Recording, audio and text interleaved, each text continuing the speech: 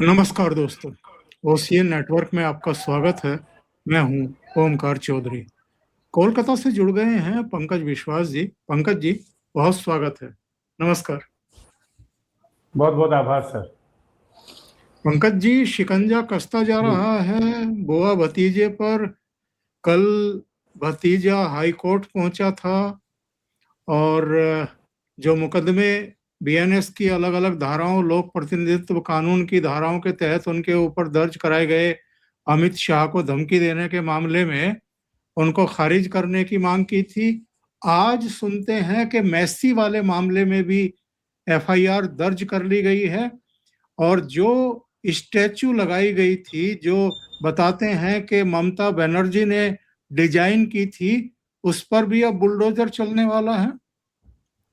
जी sir, शुरुआत करते हैं अभिषेक बनर्जी से। अभिषेक बनर्जी पे जो मुकदमा हुआ है उस पे जो केस हुआ है उस पे राजीव सरकार नाम के एक सोशल वर्कर हैं, उन्होंने वो मुकदमा किया है। वो बागुयाटी में रहते हैं और राजीव सरकार को कल बुलाया भी गया था विधाननगर साइबर क्राइम पुलिस थाने में और करीब 10 घंटे तक वो वहाँ थे। उनसे सारा पेपर्स मांगा गया था, सपोर्टिव डॉक्यूमेंट मांगा गया था, क्योंकि अभिषेक बनर्जी भी इस मामले में हाई कोर्ट चले गए हैं ताकि उन्हें छुटकारा ना मिले और जो एफआईआर हुआ है उस पर एक्शन हो। सरकार भी ये चाहती है, जिसकी वजह से राजीव सरकार को कल बुलाया गया था। उन्होंने जो एविडेंस है वो वगैरह दिया है। दूसरा सर, आपने बताया कि जो मूर्ति वाला मामला है, वो मूर्ति सर आपने देखा भी होगा या हमारे दर्शकों ने देखा भी होगा जो कोलकाता आए होंगे। तो वो जो था सिर्फ पाँव था, पाँव के ऊपर बॉल और कमर के ऊपर कुछ भी नहीं। वो कमर जो है तन से जुदा इस टाइप का वो मूर्ति था और कमर के ऊपर एक बॉल रखा हुआ था। बहुत भद्दा टाइप का मूर्ति था। आपको पता ही है ममता बनर्जी जिस तरह की कविता लिखती हैं, जिस तरह की वो संगीत वो बताती है कि वो संगीतकार भी हैं। तो जो उनका क्वालिटी है उसी तरीके का क्वालिटी का ये था। बहुत ही डाउनग्रेडेड एक मूर्ति था। और ये जो स्टेडियम है ये एक इंटरनेशनल स्टैंडर्ड वाला स्टेडियम है जहाँ पर इंटरनेशनल फुटबॉल का मैच का आयोजन भी होता है। अंडर 19 फुटबॉल यहाँ आयोजन हुआ था कुछ साल पहले। आने वाले दिनों में भी बहुत सारा होगा। तो यहाँ पूरी दुनिया से यहाँ लोग आते हैं। तो एक भद्दा इस तरीके का जो मूर्ति है उसको सरकार ने हटाने का फैसला लिया है। और जो निशित प्रामाणिक है, अभी जो नए खेल मंत्री बने हैं पश्चिम बंगाल सरकार के, तो उन्होंने इसको हटाने का फैसला लिया है। बहुत जल्द ही इस पर बुलडोजर चलेगा सर।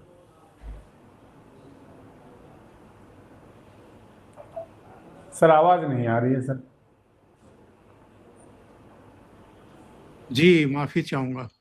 जी 10 अप्रैल को अभिषेक बनर्जी ने ये कहा था, जो शाह ने कहा था घुसपैठ वाले बयान का जवाब देते हुए उन्होंने कहा था कि अगर जी घुसपैठ हो रही है तो इसकी जिम्मेदारी अमित शाह की है। सीमा सुरक्षा बीएसएफ और गृह मंत्रालय के अधीन है, राज्य सरकार की इसकी कोई जिम्मेदारी नहीं है घुसपैठ की।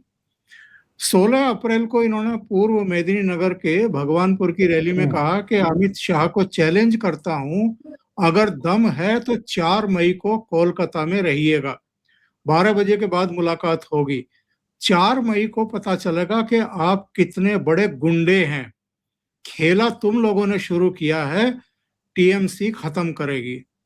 25 अप्रैल को इन्होंने चुनाव प्रचार के दौरान कहा कि अमित शाह मतदाताओं को धमकाने की राजनीति कर रहे हैं, बीजेपी को हार दिख रही है, इसलिए हार का माहौल बनाया जा रहा है, डर का माहौल बनाया जा रहा है। फिर 2 मई को इन्होंने कहा कि अमित शाह और चुनाव आयोग दोनों सुन लें, 4 मई को बंगाल की जनता जवाब देगी, लोकतंत्र को दबाने की हर कोशिश का जवाब मिलेगा। और एक और बयान इनका था कि तुम्हारा दिल्ली से आकर के बाप तुम्हें नहीं बचाएगा, कुछ इस तरह का बयान इन्होंने दिया था। जी। तो इन बयानों में धमकी भी है और जिस लैंग्वेज में, जिस तरीके से, जिस बॉडी लैंग्वेज के साथ वो धमकाने वाले अंदाज में बयान दिए गए थे, आपको लगता है कि इनको हाई कोर्ट में रिलीफ मिल पाएगी? इस तरह के सार्वजनिक रूप से केंद्रीय गृह मंत्री को गुंडे बताना और इस तरह से धमकाना। सर हाई कोर्ट में अगर रिलीफ मिल जाए तो इससे बुरा कुछ नहीं होगा, पहली बात। और दूसरी बात, अगर कानून पे हम लोगों का विश्वास है और कानून अगर ठीक तरीके से काम करे तो कभी रिलीफ मिलना नहीं चाहिए, क्योंकि वो देश के नंबर 2 हैं, वो देश के गृह मंत्री हैं, जिनके ऊपर सारे देश का एक बहुत बड़ा दारोमदार है। तो उनको इस तरीके से धमकाना तो सर छोड़ दीजिए। 2021 के चुनाव के बाद आपको पता होगा, नड्डा जी जब कोलकाता में आए थे, पोस्ट पोल वायलेंस जब यहाँ पे चरम पे था अपने, एक ही सप्ताह के अंदर वो आए थे। उस समय उनके काफिले पे भी हमला हुआ था, उनके गाड़ी पर तो पथराव हुआ था, तोड़फोड़ किया गया था, डंडे बरसाए गए थे, और बड़े बड़े मोटे मोटे बांस लेकर उसके ऊपर बाल बाल बचे थे। अगर उनका काफिला अगर प्रोटेक्टेड नहीं होता तब तो पता नहीं आज उनका स्वर्गवास भी हो सकता था। तो ये लोग तो पूरे एक गुंडे की जमात है, ये टीएमसी गुंडों और एक्सटॉर्शनिस्ट का एक जमात है। ये कोई पॉलिटिकल पार्टी तो था नहीं, ये एक प्लेटफॉर्म था। सिर्फ इसका एक ही उद्देश्य था, जैसे भी हो सके सत्ता को यूज करके फिर पैसा बनाओ। तो ये लोग इसी तरह के का काम करते थे। और अभिषेक बनर्जी गुंडे का सबसे बड़ा गुंडा था, सबसे बड़ा माफिया था। इसका ये सबसे बड़ा पश्चिम बंगाल में एक्सटॉर्शनिस्ट है। कोई भी घोटाला है नहीं जिसमें उसका नाम नहीं है। बंगाल में बालू का घोटाला से शुरू करके, गाय की तस्करी से शुरू करके, आपका जो शिक्षा वाला घोटाला है, 26,000 नौकरियां जिसमें गई है, टेट प्राइमरी टीचर से लेके एकदम 9, 10, 11, 12 तक के टीचर का जो भर्ती का घोटाला है, सब में उनका नाम है। तो ये तो सबसे बड़ा गुंडा है, इसका लैंग्वेज इसी तरह का होगा, ये तो सबको ये पता है। लेकिन अब इट्स अ हाई टाइम कि इस तरीके के जो लोग हैं इनको अब सुधारा जाए। तो अभिषेक बनर्जी को रिलीफ तो छोड़ दीजिए, हाईकोर्ट क्या करेगी उस पर मैं ज्यादा टिप्पणी नहीं करना चाहूंगा, लेकिन मैं पश्चिम बंगाल सरकार से आग्रह करूंगा आपके शो के माध्यम से कि इसको अरेस्ट किया जाए। क्यों इसको छोड़ा जाएगा? देश के गृह मंत्री के बारे में जो इस तरीके का अनाप शनाप बकेगा, उनको धमकी देगा, तो उसको तो बाहर नहीं रहना चाहिए, वो कितने बड़े ओहदे का वो पॉलिटिशियन हो। सबसे बड़ी बात है कि 15 साल तक ममता बनर्जी लेड गवर्नमेंट ने एक पड़ोसी देश की तरह आचरण किया है।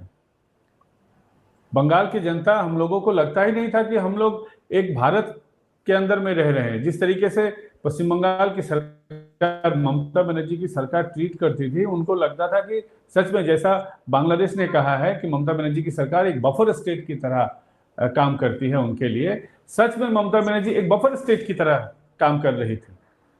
वो कभी भी, वो बार बार फेडरल स्ट्रक्चर की बात करती थी, लेकिन उन पे जब आती थी कभी उन्होंने फेडरल स्ट्रक्चर की तरह काम नहीं किया है। आप देखिए, जितने भी पश्चिम बंगाल में जनता के लिए केंद्र सरकार ने योजनाएं लागू की थी, उन्होंने सबको रोक के रखा था। आम आदमी से उनको क्या नफरत थी? आप देखिए, चिंगरीघाटा में जो मेट्रो का जो प्रोजेक्ट है, कोलकाता में ये मेट्रो एक्सपेंशन का प्रोजेक्ट है, उन्हीं का आइडिया था जब वो यूपीए गवर्नमेंट में थी। लेकिन यूपीए 2 से जब वो बाहर आ गई, उसके बाद उन्होंने जितने भी सेंट्रल गवर्नमेंट के प्रोजेक्ट हैं उनको रोकना शुरू कर दिया। बीजेपी की जब 2014 में सरकार आई तो उसके बाद उनका नजरिया सेम था, हमेशा सिर्फ अपोजिशन लीडर की तरह आचरण करने की वो कोशिश में कहीं ना कहीं मुझे लगता है कि वो देश विरोधी ताकत में तब्दील हो गई थी। उनका स्लोगन भी देखिए, सारा बांग्लादेश से उधार किया हुआ स्लोगन था, जय बांग्ला, मुजीबुर रहमान का 71 का स्लोगन था। से फिर आपका वो बीएनपी का जो स्लोगन था, खेला होबे, उसको भी उन्होंने ले लिया। मामाटी मानुष बीएनपी का स्लोगन था। उसके बाद समीम उस्मान बांग्लादेश का एक वहां का एमपी था, खेला होबे, उसका स्लोगन था। पूरा उन्होंने अपने आप को बांग्लादेश की तरह ढाल लिया था। और यहाँ हिंदुओं पर जिस तरीके से वो अत्याचार करवाती थी, वो भी पूरा बांग्लादेश मॉडल था। तो ममता बनर्जी, अभिषेक बनर्जी, दोनों पे शिकंजा कसना चाहिए। ममता बनर्जी पे तो देशद्रोहिता का मामला लगना चाहिए, और अभिषेक बनर्जी का जो हसर होगा वो तो शुभेंदु अधिकारी जी ने कल बता ही दिया है एकदम।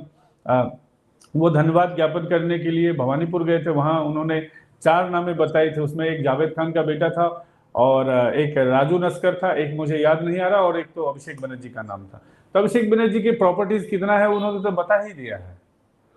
और अगर कोई इस तरीके से एक्सटॉर्शन करके इस तरीके का प्रॉपर्टी बनाया है, तो नई सरकार को जनता ने इसीलिए वोट दिया था कि जितने भी गुंडे हैं, जितने भी समाज में इस तरीके के अराजक तत्व है, सबको अंदर किया जाए। और जो काम शुभेंदु अधिकारी जी ने शुरू भी कर दिया है, तो अभिषेक बनर्जी को जल्द से जल्द गिरफ्तार करना चाहिए। बंगाल की जनता का ये एक बहुत बड़ा सरकार से वो चाहते हैं कि अभिषेक बनर्जी और ममता बनर्जी दोनों को कस्टडी में लिया जाए। ये जो इन्होंने कहा है कि अगर घुसपैठ हुई है तो बीएसएफ जिम्मेदार है, जी गृह मंत्रालय जिम्मेदार है, तो क्या इसके लिए वाकई केंद्रीय गृह मंत्रालय जिम्मेदार था और बीएसएफ जिम्मेदार थी, या ममता बनर्जी जिम्मेदार थी जो जमीन का अधिग्रहण करके फेंसिंग के लिए ट्रांसफर ही नहीं कर रही थी जमीन को?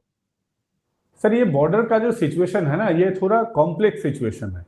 बॉर्डर में एक तो बहुत खुला इलाका है, जो देश का जब बंटवारा हुआ 1947 उसके बाद तो वो फेंसिंग बहुत बड़ी जगह पे अभी भी खुला हुआ था। कुछ जगह पे हालांकि पिछली सरकारों के समय में फेंसिंग का काम हुआ, लेकिन 71 के बाद भी जब इतना मेजर इन्फ्लक्स हुआ उस समय भी बंद हो जाना चाहिए था पूरा ये जो बॉर्डर का इलाका है, लेकिन उस समय भी नहीं हुआ। लेकिन 2014 के बाद ये फेंसिंग का काम और जोर शोर से शुरू हुआ सारे भारत में, पाकिस्तान के साइड में भी, राजस्थान के साइड में भी जितने भी खुले बॉर्डर थे, या जम्मू कश्मीर में जहां जहां खुले बॉर्डर को क्लोज करने का इजीली क्लोज कर दिया जा सकता था, वहां राजनाथ सिंह जी ने या उन्होंने भी बार बार इसकी पैरवी की थी। तो अमित शाह के टाइम पे तो ये काम जोर शोर से हुआ, लेकिन बंगाल सरकार ने करीब 400 से 500 किलोमीटर के बीच, 500 से थोड़ा कम होगा, इतना किलोमीटर में इन्होंने जमीन ही इनको राज्य सरकार ने केंद्र सरकार को हस्तांतर नहीं किया। और ये खुला कोई एक स्ट्रेच में नहीं था, ये नॉर्थ बंगाल में भी खुला है, उत्तर 24 परगना का भी जो बॉर्डर है बहुत जगह पे खुला है, नदिया में खुला है, बहुत सारे जिलों में बॉर्डर ओपन है। अब एक बीएसएफ का जो वहां प्रोटेक्टी है, एक बीएसएफ का जो वो बंदा है, उसके उसके निगरानी में 2-3 किलोमीटर का इलाका होता है, जो फिजिकली काफी इम्पॉसिबल है। उसके बाद बांग्लादेश के साथ जो भारत के संबंध है, जब शेख हसीना के टाइम तक, इस टाइम तक तो वहां ओपन गोली चलाने का ऑर्डर था नहीं। जिस तरीके से पाकिस्तान में आप ओपनली आप अपना डिसीजन ले सकते हैं, लेकिन यहाँ मार गिराने पे, किसी को अंदर आने में रोकने में, एक तो जब वो उनको राखाल बोला जाता है, जो दलाल होते हैं, जो मानव तस्करी करते हैं या गाय की तस्करी करते हैं, तो वो झुंड में आते हैं और उनके पास भी हथियार होता है। तो यहाँ पे एक सिचुएशन कॉम्प्लेक्स था। और सबसे बड़ी बात ये थी कि बंगाल के जो पुलिस थी वो इनको सपोर्ट नहीं करती थी, क्योंकि बंगाल पुलिस के ऊपर ममता बनर्जी का एक मतलब कोई कहा तो उन्होंने तो लिखित में ये आदेश पारित नहीं किया था, लेकिन बीएसएफ के साथ कोऑपरेट नहीं करना है, इस तरीके का एक वेस्ट बंगाल पुलिस का एक मेंटालिटी था, जो बाहर बाद में वो दिखा भी। बहुत जगह पे बीएसएफ ने जब लोकल एरिया में आके तफ्तीश करने की कोशिश की या तस्करों को पकड़ने की कोशिश की, उस समय में बहुत बार दिखा है कि बंगाल की पुलिस ने बीएसएफ को ही रोका है, तस्करों को नहीं, बीएसएफ को रोका है।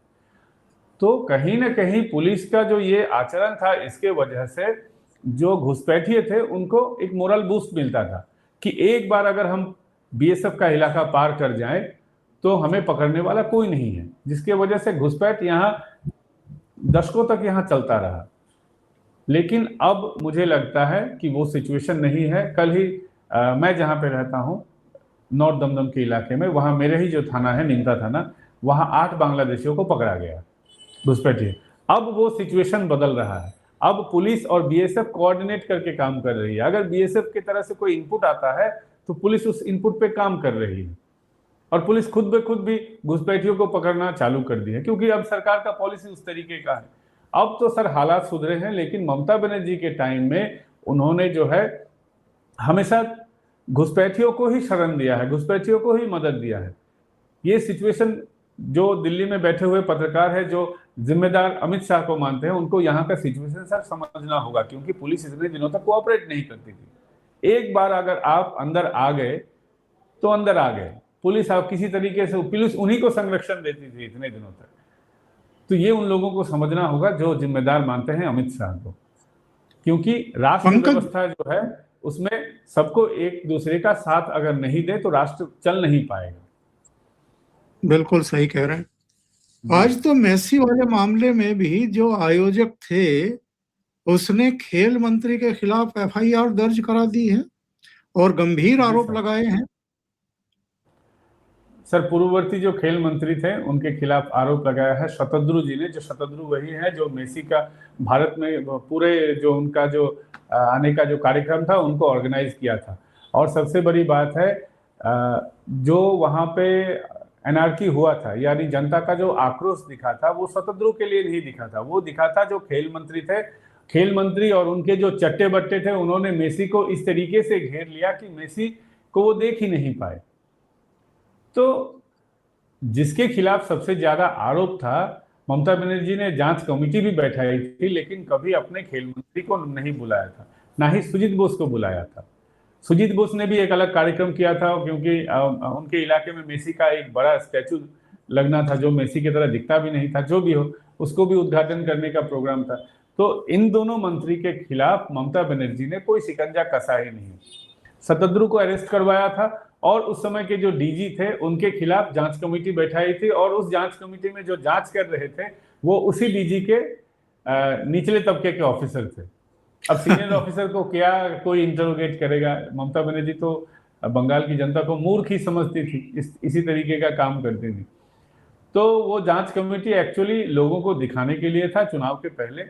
अब मुझे लगता है कि इसमें सही तरीके से जांच होगा, क्योंकि अगर किसी को अरेस्ट करना चाहिए था तो जिसके वजह से ये पूरा मामला रायता जो फैला, पूरा जो रायता फैला, ये फैला जस्ट बिकॉज ऑफ अरूप विश्वास, जो पूर्ववर्ती टीएमसी के जमाने के जो खेल मंत्री थे।